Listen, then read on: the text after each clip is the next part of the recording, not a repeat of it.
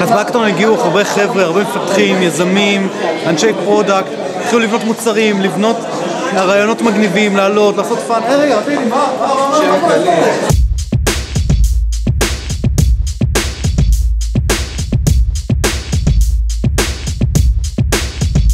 מה זה?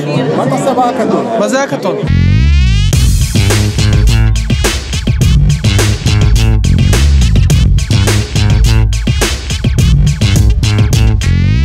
אנחנו עושים פה אפליקציה כללית. זה חשאי בינתיים. הולך מצוין. באמת? טוב, תהיה גיבור שמה. עדיין מאוד אבסטרקטי. פרויד דיבר על הסיפור הזה. חלק מהם עושים אשכרה אפליקציות שנראות גם שימושיות. ויש בירה, והם משלמים לי כסף לשתות את הבירה.